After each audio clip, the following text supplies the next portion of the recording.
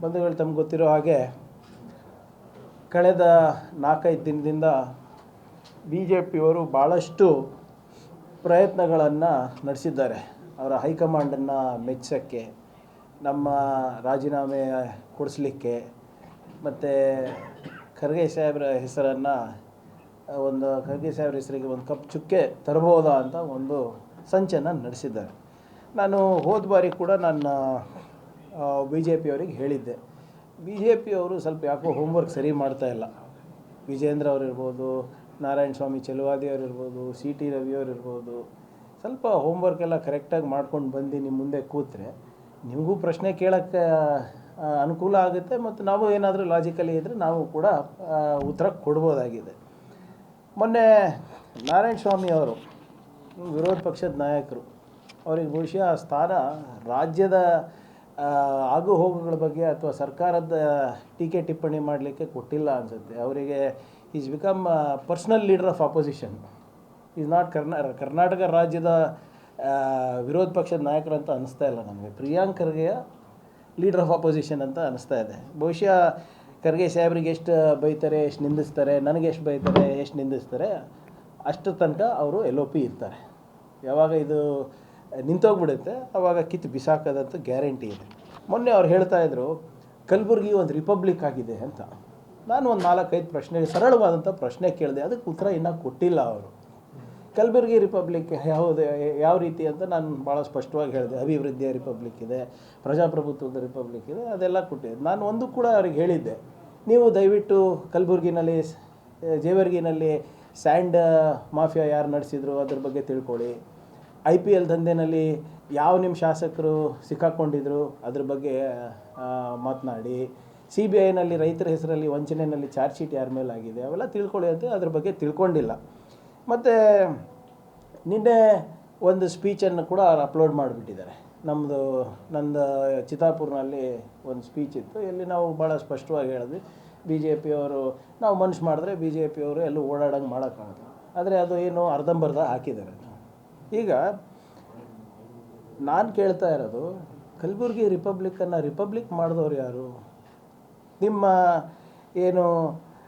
ನಿಮ್ಮ ಒಬ್ಬ ಅಭ್ಯರ್ಥಿ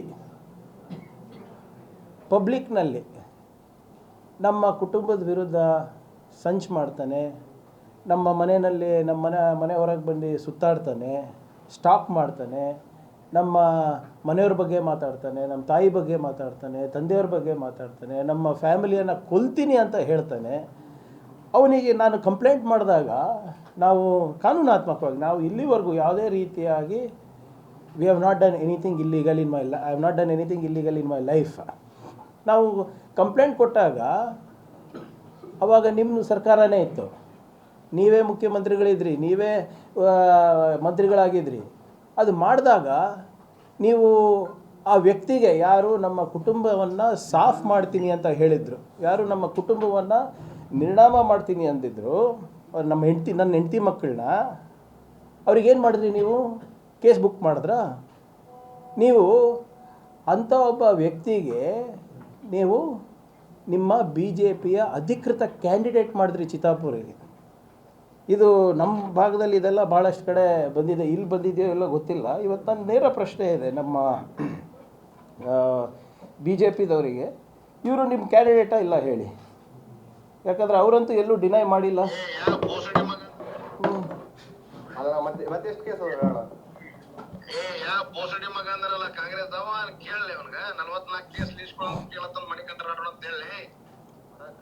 ಮಾಡ್ತಾರಣ ಅದನ್ನ ನಾವೇನು ಮಾಡಲ್ಲ.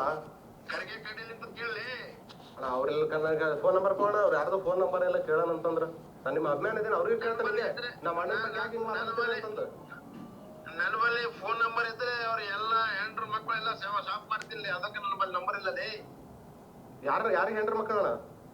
ಯಾರ ಹೆಸರು ತಗೊಂಡಿ? ಈಗ ನಾನು ಖರ್ಗೆ ಅವ್ರದಣ.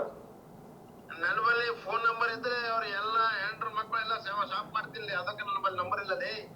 ಖರ್ಗೆ ಅವ್ರದ್ದು ನಂಬರ್ ಇದ್ರೆ ನಾ ಬಾಯಿಗೆ ಬಂದಾಗ ಮೊಬೈಲ್ದಾಗೆ ಬೈತಿದ್ದೆ ಅಂತ ಹೇಳ್ತೀನಿ ನನಗೆ. ಕಾಂಗ್ರೆಸ್ ಬೈಯಣ ರಂಡಿ ಮಗ ಹೇಳಿ ಅಲ್ಲ. ಮತ್ತೆ ಎಷ್ಟು ಕೇಸ್ ಅಣ್ಣ? ಬೋಸಡಿ ಮಗ ಅಂದ್ರಲ್ಲ ಕಾಂಗ್ರೆಸ್ ಕೇಳಲಿ ಅವನ್ಗೆ 44 ಕೇಸ್. ಇದು ಯಾರ್ದ್ರಿ ಇದು ವಾಯ್ಸು? ಇದ್ರ ಬಗ್ಗೆ ನಾನೇ ಕಂಪ್ಲೇಂಟ್ ಮಾಡಿದ್ನಲ್ಲ. ಈ ವಾಯ್ಸು ನಿಮ್ಮ ಮಣಿಕಂಠ ರಾಠೋಡ್ ಅಂತ BJPಯ ಅಧಿಕೃತ ಅಭ್ಯರ್ಥಿ, ಮೊನ್ನೆ ತನಕನೂ ಜೈಲಿನಲ್ಲಿದ್ದು ಬಂದ. ಇಂಥವ್ರಿಗೆ ಟಿಕೆಟ್ ಕೊಟ್ಟಿದ್ದೀರಾ ರೀ ನೀವು? 20-30 ಕೇಸ್ ಇರೋರಿಗೆ ಯಾರು ಕೇಸ್ ಹಾಕಿರೋದು? ನಾವಲ್ಲ, ನಿಮ್ಮ ಪಕ್ಷದಲ್ಲಿದ್ದಾಗ ಹಾಕಿರೋದು, ನಿಮ್ಮ ಸರ್ಕಾರದಲ್ಲಿದ್ದಾಗ ಹಾಕಿರೋದು. ಇದ್ರ ಬಗ್ಗೆ ಏನು ಉತ್ತರ ಇದೆ ನಿಮಗೆ? ನನ್ನ ಹೆಂಡತಿ ಮಕ್ಕಳಿಗೆ ಸಾಫ್ ಮಾಡ್ತೀನಿ ಅಂತ ಭಾಳ ಸ್ಪಷ್ಟವಾಗಿ ಹೇಳ್ತೀನಿ. ಇದ್ರ ಬಗ್ಗೆ ನೀವೇನು ಮಾಡಿದ್ರಿ? You rewarded him. ಇದ್ರ ಬಗ್ಗೆ ಮಾತಾಡ್ತೀರಾ? ನಾಳೆ ಇವನ್ ಬ್ಯಾನರ್ ಅಂಡರ್ ಬರ್ತಾ ಇದ್ದೀರಲ್ರಿ ಕಲಬುರಗಿಗೆ, ನಾಚಿಕೆ ಬರಲ್ವಾ ನಿಮಗೆ? ಆಮೇಲೆ ಪದೇ ಪದೇ ಏನಾಗ್ತಾ ಇದೆ, ಇದನ್ನು ಕಲಬುರಗಿ ರಿಪಬ್ಲಿಕ್ ಆಗಿದೆ, ನಿಜಾಮ್ರ ಆಳ್ವಿಕೆ ಇದೆ, ರಜಾಕರ ಆಳ್ವಿಕೆ ಇದೆ ಅಂತ ಸುಮ್ಮನೆ ಏನೋ BJPಯವರು ಹತಾಶರಾಗಿಬಿಟ್ಟಿದ್ದಾರೆ. ಹಿಂಗನ ಮಾಡಿ ಇದು ಬೈ ಹುಕ್ ಆರ್ ಕ್ರುಕ್ ಕಾಂಗ್ರೆಸ್ನವ್ರಿಗೆ ಸಿಕ್ಕಾಕ್ಸ್ಬೇಕು, ಪ್ರಿಯಾಂಕರ್ಗೆ ರಾಜೀನಾಮೆ ಕೊಡಿಸ್ಬೇಕಂತ ನಾನು ಭಾಳ ಸ್ಪಷ್ಟವಾಗಿ ಹೇಳಿದ್ದೀನಿ. ಇದಕ್ಕೆ ನನಗೆ ಸಂಬಂಧ ಇಲ್ಲ. ತೋರಿಸಿ, ಒಂದು ಪುರಾವೆ ತೋರಿಸಿ. ನಿನ್ನೆನೂ ಕೂಡ ಭಾಳ ಬಾಲಿಶವಾಗಿ ಮಾತಾಡ್ತಾ ಇದ್ದಾರೆ ಇತ್ತೀಚೆಗೆ BJPಯವರು. ಮುಂಚೆ ಸ್ವಲ್ಪ ಪರವಾಗಿರಲಿಲ್ಲಪ್ಪ, ಯಾಕೆ ಇತ್ತೀಚೆಗೆ ಚಿಕ್ಕ ಹುಡುಗರ ಥರ ಮಾತಾಡ್ತಾ ಇದ್ದಾರೆ ಗೊತ್ತಿಲ್ಲ.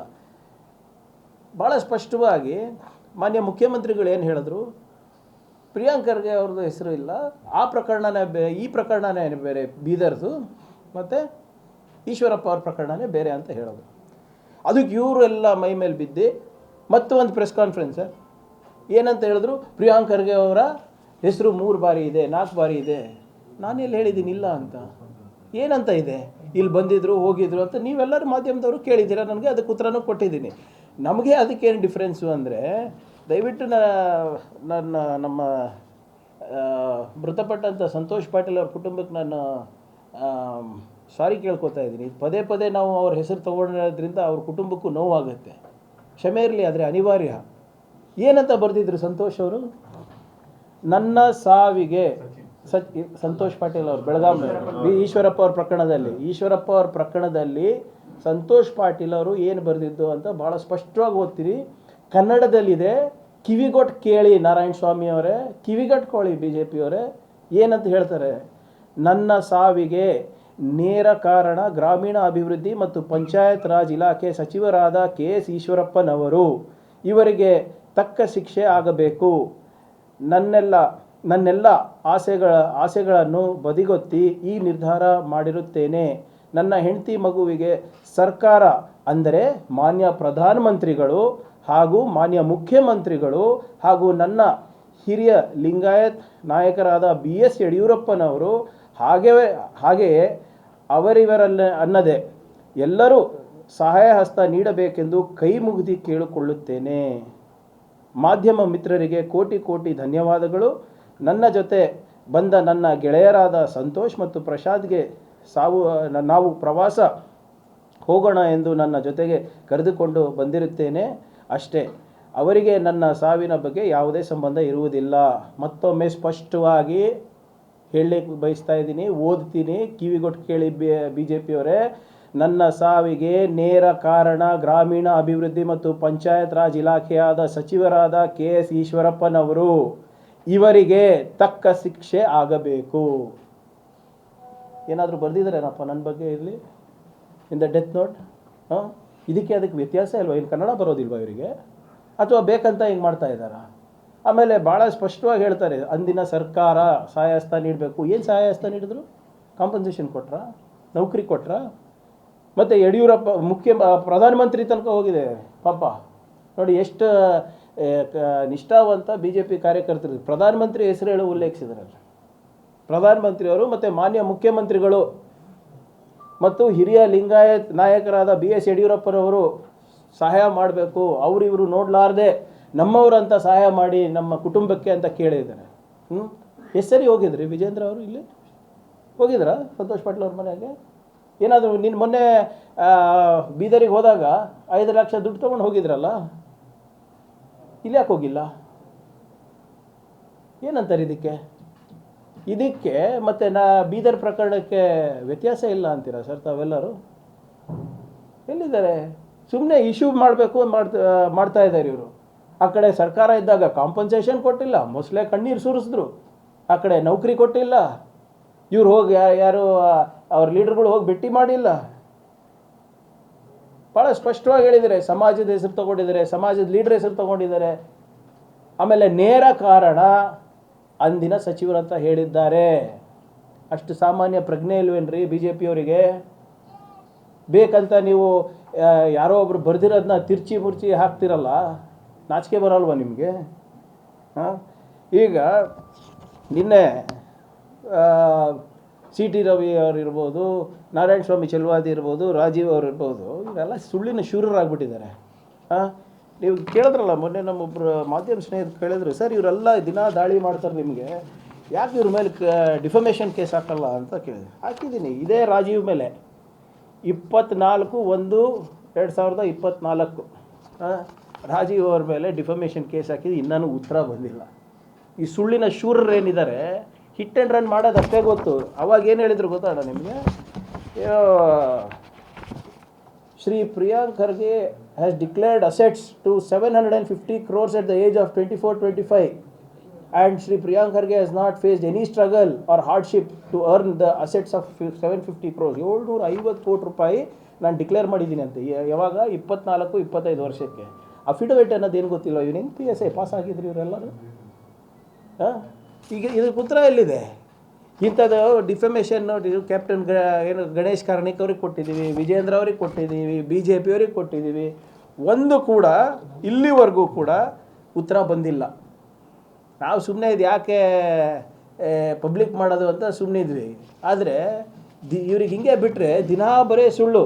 ಇವ್ರ ಬಂಡವಾಳನೇ ಅದಾಗಿದೆ. ಆ ಕ್ಯಾಮ್ರಾ ನೋಡಿಬಿಟ್ರೆ ಏನಾಗುತ್ತೋ ಗೊತ್ತಿಲ್ಲ ಇವರಿಗೆ. ಅದು ಬಾಯಿಗೆ ಬಂದಿದ್ದು ಮಾತಾಡ್ತಾರೆ. ಅದು ಸರಿನಾ ತಪ್ಪಾ, ಅದು ಫ್ಯಾಕ್ಟ್ಸಾ ಫಿಕ್ಷನ್ನಾ ಮಿತ್ತಾ ಹಿಸ್ಟ್ರಿನಾ ಏನೂ ಗೊತ್ತಿಲ್ಲ ಇವ್ರಿಗೆ. ಸುಮ್ಮನೆ ಭಾಳ ದೊಡ್ಡದಾಗಿ ಖರ್ಗೆ ಸಾಹೇಬ್ರ ಹೆಸರು ತೊಗೊಳೋದು, ಸಿದ್ದರಾಮಯ್ಯ ಅವರ ಹೆಸರು ತೊಗೊಳೋದು, DK ಅವರ ಹೆಸರು ತೊಗೊಳೋದು ಅಷ್ಟೇ. ಇವರ ರಾಜಕೀಯ ಅಸ್ತಿತ್ವ ಕಾಂಗ್ರೆಸ್ ಲೀಡರ್ ಹೆಸರುಗಳನ್ನು ಜಪ ಮಾಡೋದಕ್ಕಷ್ಟೇ ಇದೆ. ಸ್ವಂತಾಗಿ ಏನು ಕನ್ಸ್ಟ್ರಕ್ಟಿವ್ ಪಾಲಿಸಿ ಬಗ್ಗೆ ಮಾತಾಡ್ತಾರೇನ್ರಿ? ಯಾವುದಾದ್ರು ನೋಡಿದ್ದೀರಾ? ಕಳೆದ 1.5 ವರ್ಷದಲ್ಲಿ ಯಾವುದಾದ್ರೂ ಪಾಲಿಸಿ ಮ್ಯಾಟರ್ ಬಗ್ಗೆ ಮಾತಾಡಿದ್ದಾರೆ ಇವರು? ಸುಮ್ಮನೆ ಇವರು ಏನಾಗ್ಬಿಟ್ಟಿದೆ, ಹಿಟ್ ಆ್ಯಂಡ್ ರನ್ ಮಾಡೋದ್ರಲ್ಲಿ ಪರಿಣಿತ ಏನು PhD ತೊಗೊಂಡ್ಬಿಟ್ಟಿದ್ದಾರೆ. ಅದು ಮತ್ತು ಇವ್ರು ಬೇರೆ ಹೇಳೋದು ಬೇರೆ.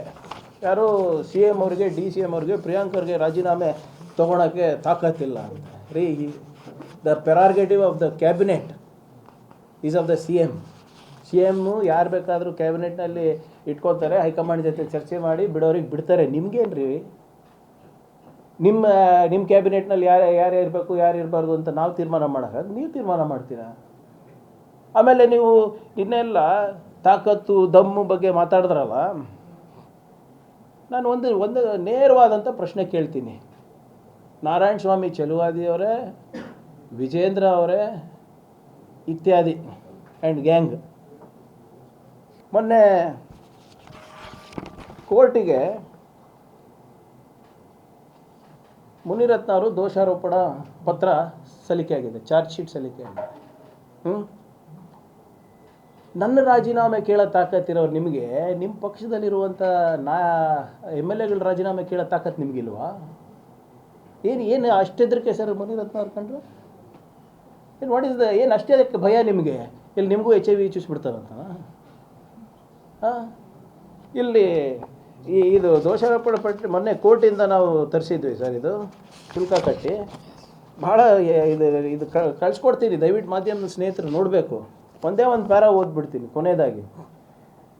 ಮುನಿರತ್ನ ರವರು ಅವಾಚ್ಯ ಶಬ್ದಗಳಿಂದ ನಿಂದಿಸಿ ಬೆದರಿಕೆ ಹಾಕಿರುವುದು ತನಿಖಾ ಸಮಯದಲ್ಲಿ ಸಂಗ್ರಹಿಸಿದ ಸಾಕ್ಷ್ಯಾಧಾರಗಳಿಂದ ಮತ್ತು ದಾಖಲಾತಿಗಳಿಂದ ದೃಢಪಟ್ಟಿರುತ್ತೇವೆ. It is proved. ಆರೋಪಿಯು ಸಾಕ್ಷಿ 01 ರವರನ್ನು ಉದ್ದೇಶಿಸಿ ಜಾತಿ ನಿಂದನೆ ಮಾಡಿರುವ ಬಗ್ಗೆ ಸಾಕ್ಷಿ 04 ಚೆಲುವರಾಜು ರವರು ಸಂಗ್ರಹಿಸಿದ ಆರೋಪಿ ಮುನಿರತ್ನ ರವರದೆನ್ನಲಾದ ಆಡಿಯೋ ಕ್ಲಿಪ್ಪಿಂಗ್ಗಳಲ್ಲಿರುವ ಧ್ವನಿ ಆರೋಪಿಯ ಮಾದರಿ ಧ್ವನಿಯಾಗಿ ಹೋಲಿಕೆಯಾಗಿರುವ ಬಗ್ಗೆ ಸಾಕ್ಷಿ 25 ಪಲ್ಲವಿ ND ರವರು ನೀಡಿರುವ ತಜ್ಞರ ವರದಿಯಿಂದ ದೃಢಪಟ್ಟಿರುತ್ತದೆ. ಜಾತಿ ನಿಂದನೆ, ಮಹಿಳೆಯರ ನಿಂದನೆ ಪ್ರೂವ್ ಆಗಿದೆ ಅಲ್ಲಪ್ಪ. ನೋಟಿಸನ್ನು ಕೊಡ್ರಿ. ನಿಮಗೆ ನಿಜವಾಗ್ಲೂ ತಾಕತ್ತು ದಮ್ಮು ಇದ್ದರೆ ಫಸ್ಟ್ ಇಂಥವ್ರಿಗೆ ಪಾರ್ಟಿಯಿಂದ ತೆಗಿರಿ. ದಲಿತ ವಿರೋಧಿ, ಮಹಿಳಾ ವಿರೋಧಿ. ಅಶೋಕ್ ಅವರೇ ಒಕ್ಕಲಿಗರ ಹೆಣ್ಮಕ್ಳಿಗೂ ಬೈದಿದ್ದಾರೆ. ಏನು ಮಾಡ್ತಾ ಇದ್ದೀರಾ ನಿಮ್ಮ ಪಾರ್ಟಿನಲ್ಲಿ? ಬೇಟಿ ಬಚಾವ್ ಬೇಟಿ ಪಡಾವ್ ಅಂತ ಎಲ್ಲ ಹೇಳ್ತಿರಲ್ಲ, ಅದೇನು ಬರೀ ಮನ್ ಕಿ ಬಾತ್ಗೋಸ್ಕರನಾ? ಹಾಂ, ನೋಡಿ ಏನಂದರೆ, ಆದ್ದರಿಂದ ಆರೋಪಿಯ ವಿರುದ್ಧ Kalam 31R, 31S, 31U, 32VA ಪರಿಷ್ಠ ಜಾತಿ ಮತ್ತು ಪರಿಷ್ಠ ಪಂಗಡ ದೌರ್ಜನ್ಯ ತಡೆ ಕಾಯ್ದೆ 1989 ಮತ್ತು ಕಲಾಂ 153A1A B 504, 506 IPC ಅಡಿಯಲ್ಲಿ ಈ ದೋಷಾರೋಪಣಾ ಪಟ್ಟಿ ಆಗಿದೆ.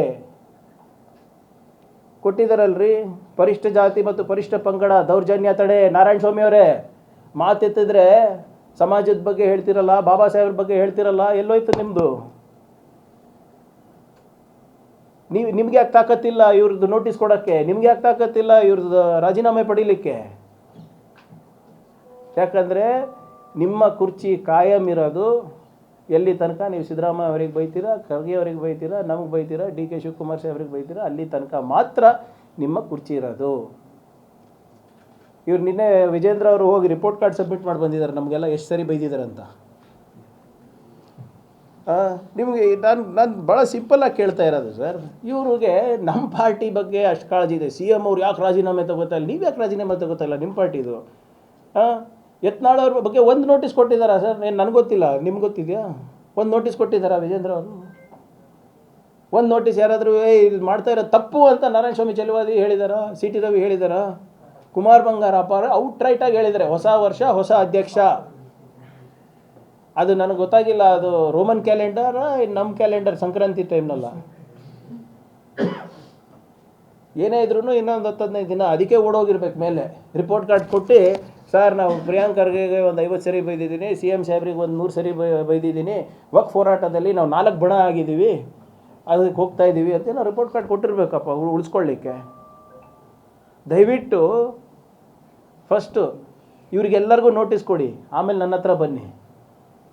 ನಿಮ್ಮ ಪಾರ್ಟಿನಲ್ಲಿ ನಿಮ್ಮ ಮೂಗು ಕೆಳಗಡೆ ಆಗ್ತಾ ಇರುವಂಥ ಇದಕ್ಕೆ ಕಾರ್ಯಗಳಿಗೆ ನಿಮ್ಮ ಹತ್ರ ನಿಯಂತ್ರಣ ಇಲ್ಲ, ನಮ್ಮ ಬಗ್ಗೆ ಕಮೆಂಟ್ ಮಾಡ್ತೀರಾ? ಈಶ್ವರಪ್ಪ ಅವ್ರ ಪ್ರಕರಣಕ್ಕೆ ಮತ್ತು ನಮ್ಮ ಪ್ರಕರಣಕ್ಕೆ ವ್ಯತ್ಯಾಸ ಇಲ್ವಾ? ಮತ್ತು ನೀವು ನಿನ್ನೆ ನೋಡಿರ್ಬೇಕು, ಒಂದು BJP ಟೂಲ್ ಕಿಟ್ ಸ್ಟಾರ್ಟ್ ಆಗಿಬಿಟ್ಟಿದೆ. ನಿನ್ನೆ ನಾನು ಹಾಕಿದ್ದೆ ಸಾಮಾಜಿಕ ಜಾಲತಾಣದಲ್ಲಿ, ನಾವೆಲ್ಲಿ ಹೋಗ್ತೀವಿ ನಮ್ಗೆ ಮುದ್ಗೆ ಹಾಕಬೇಕಂತೆ, ನಮ್ಮ ಮನೆಗೆ 4ನೇ ತಾರೀಕು ಮುದ್ಗೆ ಬರ್ತದಂತೆ, ಮತ್ತು ನಾವು ಏನೇ ಮಾಡಿದ್ರು ಅದಕ್ಕೆ ವಿರೋಧ ಮಾಡಬೇಕಂತೆ. ಸೊ BJP ಟೂಲ್ ಕಿಟ್ಟು ಈಗಾಗಲೇ ಪ್ರಾರಂಭ ಆಗಿದೆ ನಿನ್ನೆಯಿಂದ. ಅದು ಯಾಕೆ 31st ಫಸ್ಟ್ ಬಿಟ್ಟರು ಏನೋ ನ್ಯೂ ಇಯರ್ಗೆ ಪಾರ್ಟಿಗೆ ಇರಬೇಕು. ಅದು ಅವರೇ ವೀಕೆಂಡ್ ರಾಜಕಾರಣಿಗಳು, ವೀಕ್ ಡೇ ರಾಜಕಾರಣಿಗಳು ಇವರೆಲ್ಲರೂ. ಈಗ ಇವರು ಕಲಬುರ್ಗಿಗೆ ಬರ್ತಾ ಇದ್ದಾರಲ್ಲ, ಇದಕ್ಕೆಲ್ಲ ಉತ್ತರ ಕೊಟ್ಟು ಬರಲಿ. ಮಣಿಕಂಠ ರಾಠೋಡ್ ನಾನು ಅವ್ರ ಪಾರ್ಟಿನಲ್ಲಿ ಇದನ್ನ ಇಲ್ಲ, IPL ದಂಧೆ ಯಾರು ನಡೆಸ್ತಾ ಇರೋದು, ಅವ್ರ ಕೇಸ್ ಏನಾಗ್ತಾ ಇವೆ. ಮತ್ತು ನನಗೆ BJP ಅವರು ನೋಡಿದ್ರೆ ಯಾಕೆ ನನಗೆ ಅಯ್ಯೋ ಅನಿಸ್ತದೆ ಅಂದರೆ, ಪಾಪ ಕಲಬುರ್ಗಿನಲ್ಲಿರ್ಬೋದು, ಇಲ್ಲಿರ್ಬೋದು, ಈ ಡ್ರಾಮಾ ಸೇನೆಗಳನ್ನು ಮುಂದೆ ಮಾಡಿಬಿಟ್ಟು, ಅಂಥ ಅಧ್ಯಕ್ಷರಿಗೆ ಮುಂದೆ ಮಾಡಿಬಿಟ್ಟು ಇವ್ರು ರಾಜಕೀಯ ಮಾಡ್ತಾ ಇದ್ದಾರೆ. ಇವರಲ್ಲಿ ಯಾವುದೇ ರೀತಿಯಾದಂಥ ಸಾಮರ್ಥ್ಯ ಇಲ್ಲ ಅಂತ ಭಾಳ ಎದ್ದು ಕಾಣುತ್ತೆ ನೋಡಿ. ಇಲ್ಲಿ AJP, YJP, BJP ಇದ್ದರೆ ಅಲ್ಲಿ ಒಂದು ಡ್ರಾಮಾ ಸೇನೆಗಳದೆಲ್ಲ ಇವೆ ನಮ್ಮ ಭಾಗದಲ್ಲಿ. ಅಲ್ಲಿ BJPದು ಏನು ನಡೆಯಲ್ಲ. ಅವರೆಲ್ಲ ಏನು ಹೇಳ್ತಾರೆ, ಅವರೆಲ್ಲ ಏನು ತಾಳ ಹಾಕ್ತಾರೆ, ಅದಕ್ಕೆ ಕುಣಿತಾರೆ ಇವರೆಲ್ಲ. ಸೊ ಆದ್ದರಿಂದ ನಾನು ಮತ್ತೊಮ್ಮೆ ಹೇಳ್ತಾ ಇದ್ದೀನಿ, ಇನ್ನೂ ಕೆಲವು ದಾಖಲೆಗಳು ಬರ್ತವೆ ಹೊರಗಡೆ, ಬಂದಾಗ ತನಿಖೆನೂ ಆಗಲಿ. ಏನು ಸಾರ್ವಜನಿಕ ವಲಯದಲ್ಲಿ ಏನು ದಾಖಲೆಗಳ ಸಂಗ್ರಹಣೆ ಮಾಡ್ತಾ ಇದ್ದಾರೆ ಅದನ್ನು ಹೊರಗೆ ಬರಲಿ. BJP ಅವರಿಗೆ ಈ ವಿಚಾರದಲ್ಲಿ ಅವಮಾನ ಆಗೋದು ಖಂಡಿತ. ನಾನು ಬರೆದು ಕೊಡ್ತೀನಿ ನಿಮಗೆ. ಈಗ 1 ವಾರ ಆಗ್ತಾ ಬಂತು, ಯಾವುದೇ ರೀತಿಯಾದಂಥ ಒಂದು ದಾಖಲೆ ಕೊಟ್ಟಿಲ್ಲ, ಪುರಾವೆ ಕೊಟ್ಟಿಲ್ಲ, ಬರೇ ಮೀಡಿಯಾ ಮುಂದೆ ಬಂದು ಮಾತಾಡೋದೇ ಹೊರತು ಅವ್ರ ಹತ್ರ ದಾಖಲೆಗಳಿಲ್ಲ. ನಾವು ದಾಖಲೆಗಳನ್ನು ನಾವು ಕೊಡ್ತಾ ಇದ್ದೀವಿ. ನಾನು ಹೇಳ್ತಾ ಇದ್ದೀನಲ್ಲ, ಇದರಿಂದ ಅವರಿಗೆ ಇನ್ನೂ ಹೆಚ್ಚು ಅವಮಾನ ಆಗೋದು ಹೊರತು ಇದರಿಂದ ಯಾವುದೇ ರೀತಿಗೆ ಸರ್ಕಾರಕ್ಕೆ ಇದು ಮಾಡಲ್ಲ. ನಾವು ಮೊದಲೇ ದಿನದಿಂದ ನಾವು ಒಂದು ಮಾತು ಹೇಳ್ತಾ ಇದ್ದೀನಿ, ಸಚಿನ್ ಕುಟುಂಬಕ್ಕೆ ನ್ಯಾಯ ಒದಗಿಸ್ಕೊಡೋದು ಸರ್ಕಾರ ಜವಾಬ್ದಾರಿಗೆ ಆಗಿದೆ. ಅದನ್ನು ಭಾಳ ಗಂಭೀರವಾಗಿ ನಾವು ತೊಗೊಂಡಿದ್ದೇವೆ. ರೈಲ್ವೆ ಪೊಲೀಸಿಂದ ಈಗಾಗಲೇ CIDಗೆ ಮೊನ್ನೆ ಹಸ್ತಾಂತರ ಆಗಿದೆ. ಅವರು ಕೂಡ ಏನೇನು ಮಾಹಿತಿಗಳನ್ನು ಸಂಗ್ರಹಣೆ ಮಾಡಿಬಿಟ್ಟು ಆರೋಪಿಗಳಿಗೆ ಯಾವಾಗ ಕರೆಸಬೇಕು, ಏನು ಮಾಡಬೇಕು ಅಂದ್ಬಿಟ್ಟು ಕೂಡ ಅವರು ರೂಪರೇಷೆ ಹಾಕ್ಕೊತಾ ಇದ್ದಾರೆ ಅಂತ ನಾನು ಭಾವಿಸ್ತಾ ಇದ್ದೀನಿ. ಅವರಿಗೆ ಆ ಸಾವಿಗೆ ನ್ಯಾಯ ಕೊಡಿಸೋದು ಅಂದರೆ ಪಾರದರ್ಶಕವಾಗಿ ತನಿಖೆ ಮಾಡಿಸೋದು, ಮತ್ತು ಅದೇನಿದೆ ನ್ಯಾಯಯುತವಾಗಿ ಆ ಕುಟುಂಬಕ್ಕೆ ಹೇಳೋದು ಮಾಡೋದಿರ್ಬೋದು, ಅದನ್ನು ನಾವು ಮಾಡ್ತೀವಿ. ಅವರ ಕುಟುಂಬದ ಜೊತೆ ನಾವು ಇದ್ದೇವೆ. ಅವರು ಇನ್ನು ಈ ಒಂದು ಶಾಕಿಂದ ಹೊರಗೆ ಬಂದಿಲ್ಲ ಅಂತ ನಾನು ಕೇಳ್ಪಟ್ಟಿರೋದಲ್ಲಿ. ಸೊ ಆದ್ದರಿಂದ ಅವ್ರು ಯಾವಾಗ ಹೇಳ್ತಾರೆ ಅವರಿಗೆ ತಕ್ಕಂಗೆ ಪರಿಹಾರ ಇರ್ಬೋದು, ಮತ್ತು ಬೇರೆ ಇನ್ನಿತರ ಏನಾದರೂ ಸಹಕಾರ ಇದ್ದರೆ ಅದನ್ನು ನಾವು ಮಾಡ್ತೀವಿ.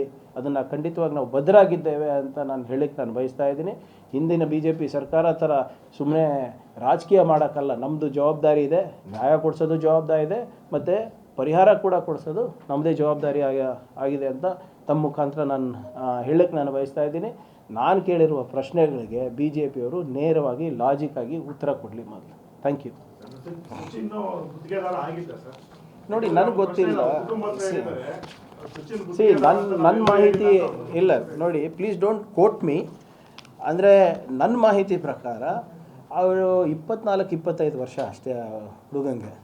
ಆಮೇಲೆ ಅವನು ಯೂನಿಟಿ ಇನ್ಫ್ರಾ ಬಿಲ್ಡ್ ಅಂದ್ಬಿಟ್ಟು ಒಂದು ಕಂಪನಿನಲ್ಲಿ ಪ್ರಾಜೆಕ್ಟ್ ಡೈರೆಕ್ಟರ್ ಆಗಿ ಅಥವಾ ಡಿಸೈನ್ ಡೈರೆಕ್ಟರ್ ಆಗಿ ಕೆಲಸ ಮಾಡ್ತಾರೆ, ಅವನೇ ಹೇಳ್ತಾನೆ. ಸೊ ನನ್ನ ವೈಯಕ್ತಿಕ ಅಭಿಪ್ರಾಯ ಏನಿರ್ಬೋದು ಅಂದರೆ ಅವರು ಕಂಪನಿ ಥ್ರೂ ಕೆಲಸ ಮಾಡಿಸ್ಬೇಕು ಅಂತ ಏನಾದರೂ ಆಸೆ ಇರ್ಬೋದು. ಯಾಕಂದರೆ ಗುತ್ತಿಗೆದಾರರ ಸಂಘದವರು ಅವ್ರದ್ದು ಯಾವುದೇ ಒಂದು ರಿಜಿಸ್ಟ್ರೇಷನ್ನು ನಮ್ಮ ಹತ್ರ ಇಲ್ಲ, ಬೀದರ್ನಲ್ಲೂ ಇಲ್ಲ, ಕಲಬುರ್ಗಿನಲ್ಲೂ ಇಲ್ಲ, ಬೇರೆ ಜಿಲ್ಲೆನಲ್ಲೂ ಕೂಡ ನಾವು ತಿಳ್ಕೊಂಡಿದ್ದೀವಿ.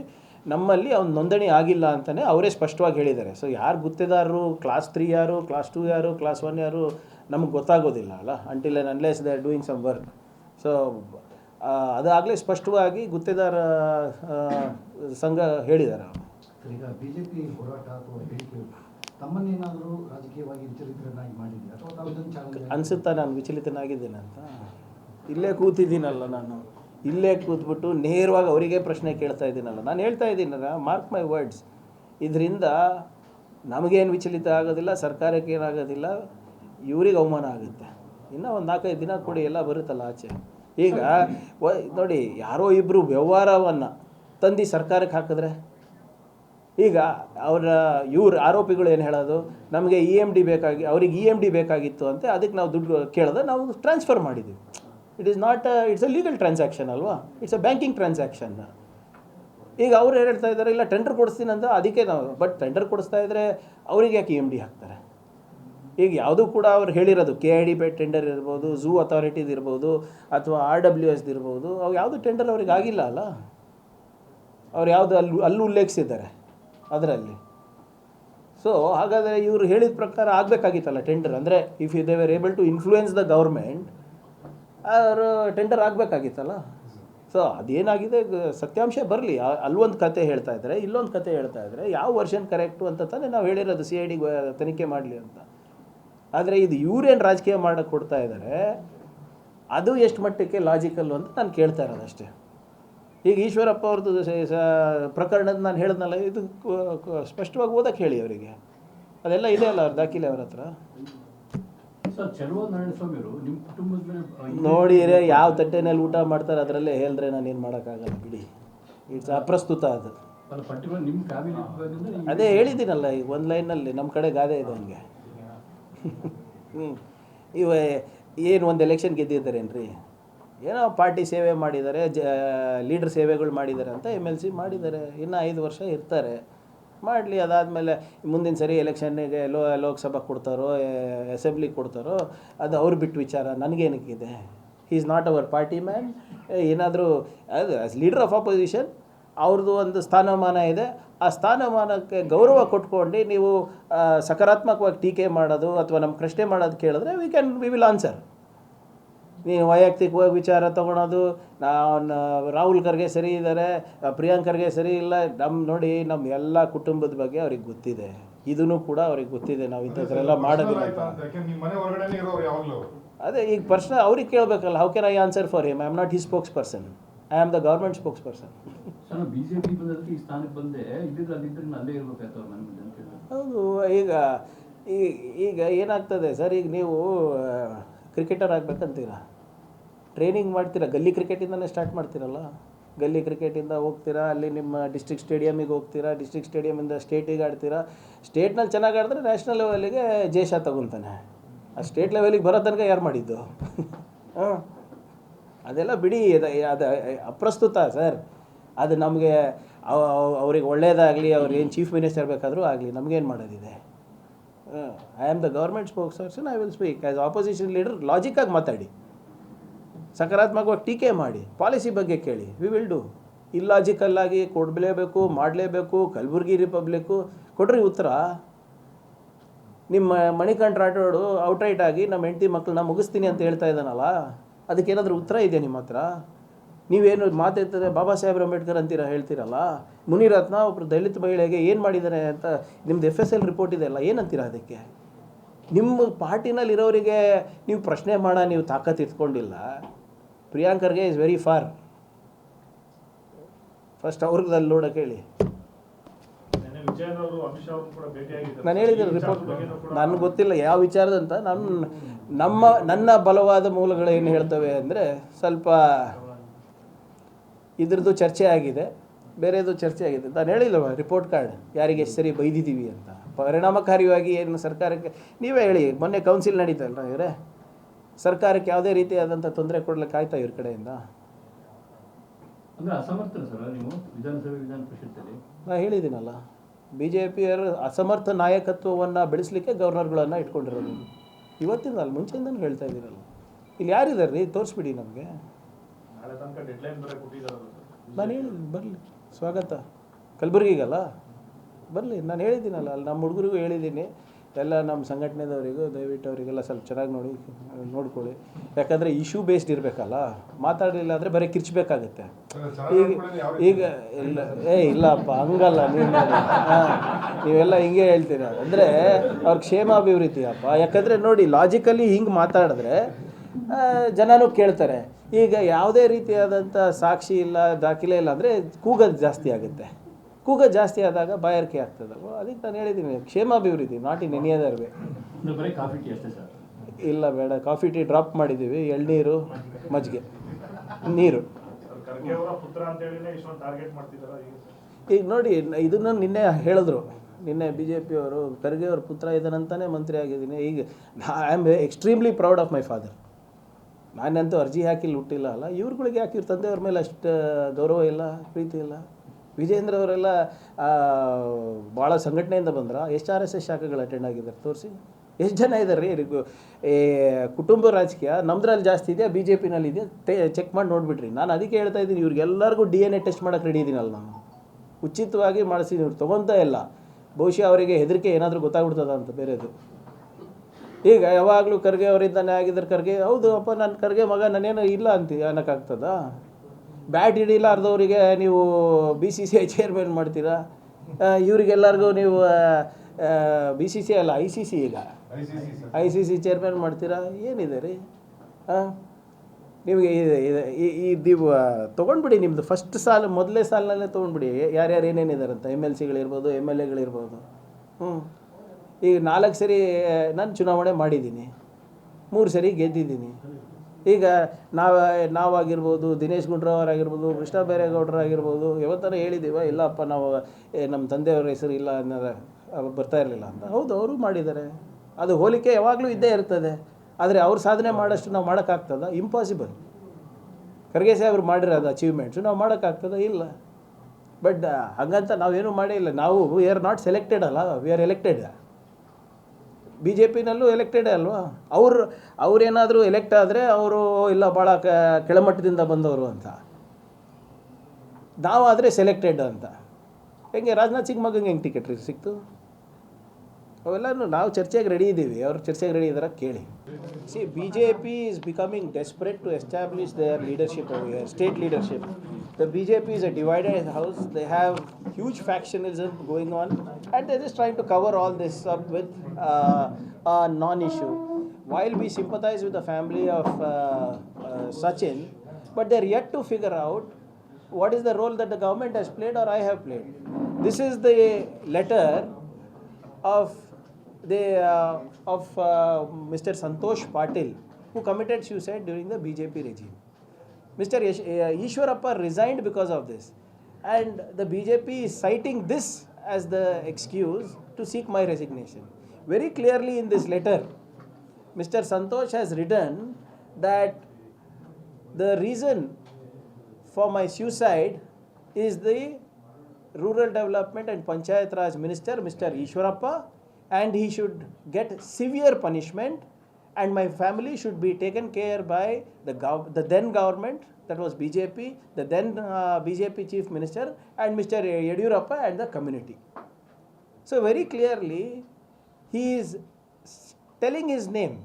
He's written his name in the letter. Whereas in the letter which Mr. Sachin has written, he has accused 8 people. And he's mentioned my name twice, saying that these people had come to see me. He's nowhere mentioned that I am the reason, neither am I an accused or anything. So BJP is just trying its best to ensure that they find something that will embarrass the government, that will embarrass Mr. Kharge, and seek my resignation. But that is not going to happen because I have got a clean slate. The BJP can do whatever in its capacity to hide their differences, to hide what Mr. Muniratna is doing, to hide what C.T. Ravi is doing, to hide the lack of leadership that is plaguing them in the state. So are you putting it on record that Sachin was not in a close proximity? Absolutely. See, I don't know him personally. And I meet a lot of people every day. And he claims that he had come and met me, and I'm not sure. And I don't know him personally, is what I've always told. The BJP is doing Kalburgi Chalo signal, CBI. Yeah, I welcome them to Kalburgi. Let them come to Kalburgi. We will ensure that they don't go back hungry or thirsty, because there will be a lot of sloganeering that will go on without logic, because they don't have one document to showcase that, and hence they are going to do it. Let them do it. I welcome them to Kalburgi. Please, at least don't make a fool of yourself when you come there. Please produce some documents in front of the media or to the public, whoever you deem fit to. So you have requested for a CID investigation. First 2 FIRs and now CID. Where the case stands as far as investigation? See, the railway police was investigating this earlier. It's just been a day and a half or probably 2 days since they have given it to the CID. So I'm sure that they're doing their job, and the truth will come out in as quickly as possible. So PM is going to inaugurate a Delhi affiliated college which is named after Savarkar. Sorry? PM is going to inaugurate a Delhi University affiliated college which is going to be named after Savarkar. I feel sorry for it. Sorry is what the apologetic thing for it, right?